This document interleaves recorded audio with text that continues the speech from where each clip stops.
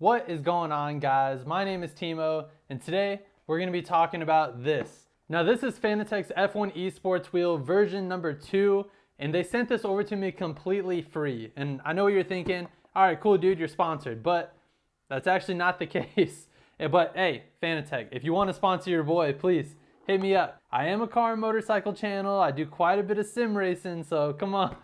But in all seriousness, guys, I actually got this sent over from Fanatec because of another YouTube channel. If you guys are Formula 1 fans and you watch some F1 content on YouTube, then you've probably heard of a channel called WTF1. But if you haven't, they're an awesome F1 channel here on YouTube, and I highly recommend you check them out if you haven't already. They're a bunch of great people over there. They have a series called Internet's Best Reactions that they have after every single race. In those videos, they recap a lot of the memes that are posted throughout the race. And there's a part of the video that they call Fanatec Tweet of the Week.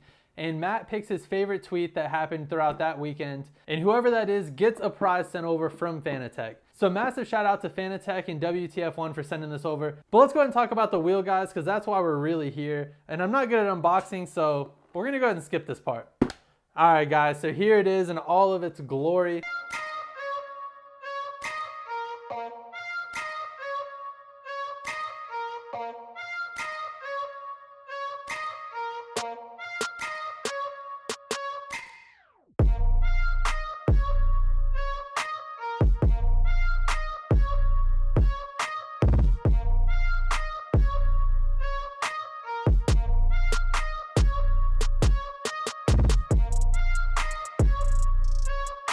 Like I was saying, this is version 2 of the wheel, and what Fanatec probably didn't know when they sent this over to me is this.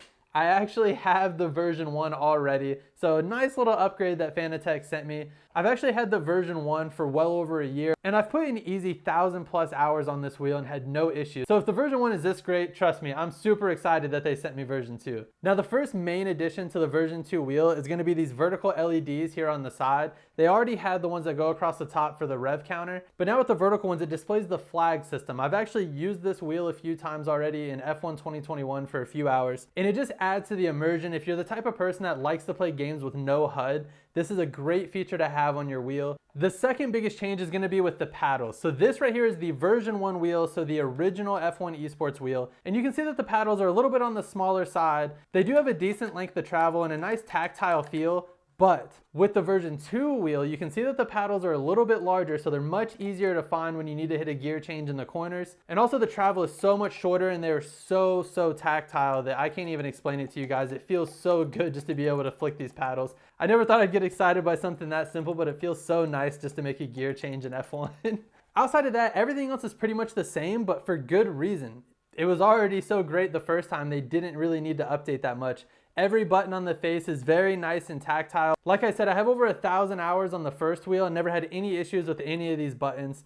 They do come with button covers, so if you don't like the bare buttons or you want to label them, it does come with snap-on covers that pop right over the top. My first wheel actually came with the quick release integrated into the wheel. This one did not. I'm not sure if they all come like that. This one came with just the open stem on the back that connects to the base, and they included the quick release adapter that bolted on over top. So good looking out from Fanatec for that. I really appreciate that. I use these wheels on the CSL Elite, and I highly recommend it. If you've looked at the Fanatec website lately, you'll see that they're switching completely to direct drive, which I think is an awesome change. And the fact they're offering a direct drive wheel at such a low price point is absolutely amazing. I was a big Thrustmaster guy for a long time. I ran Thrustmaster TXs for about 4 or 5 years.